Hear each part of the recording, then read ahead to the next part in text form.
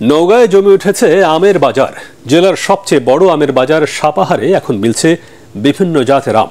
এবছর উৎপাদন কিছুটা কম হলেও মৌসুমের শুরুতেই ভালো দাম পাচ্ছেন চাষিরা। তবে আম বিক্রি করতে এসে ব্যবসায়ীদের বিরুদ্ধে ওজনে বেশি নেওয়ার অভিযোগ চাষিদের। নওগাঁ থেকে রায়হান আলমের পাঠানো তথ্যচিত্রে আরও জানাচ্ছেন আশিকুর রহমান। ক্রেতা বিক্রেতাদের হাকডাকে জমে উঠেছে নওগাঁর সাপাহারে সবচেয়ে বড় আমের হাট। চাঁপাইনবাবগঞ্জ ও রাজশাহীকে পেছনে ফেলে এখন সবচেয়ে বেশি আম উৎপাদন হয় নওগাঁয়। সে কারণেই দূর দূরান্তের ব্যবসায়ীরা এসে ভিড় জমাচ্ছেন। বাজারে উঠেছে গোপালভোগ, ল্যাংড়া, হিমসাগর, নাগফজলি ও আম্রপালি। জাতভেদে ২,০০০ থেকে ৩,৫০০ টাকায় বিক্রি হচ্ছে এসব আম। তবে মৌসুমের শুরুতেই চড়া দামে আম বিক্রি হওয়ার পরেও হাসি নেই চাষিদের মুখে।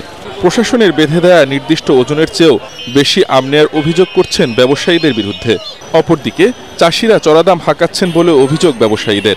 এখন আমটা কম, বাগানে ফলনটা কমে গেছে। সাপাহারে মাইকিং করতেছে প্রত্যেক দিন ৪৫ মন, অথচ প্রতিদিন ৫২ কেজি মন নিচ্ছে।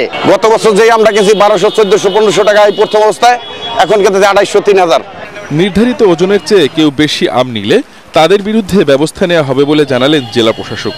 যে কোনো ব্যবসায়ী যদি কৃষকের কাছ থেকে জোরপূর্বক এই বেঁধে দেওয়ার ওজনের বেশি আম নেয়, তাহলে আমরা মোবাইল কোর্ট করব এবং ব্যবসায়ীদেরকে শাস্তি দেব।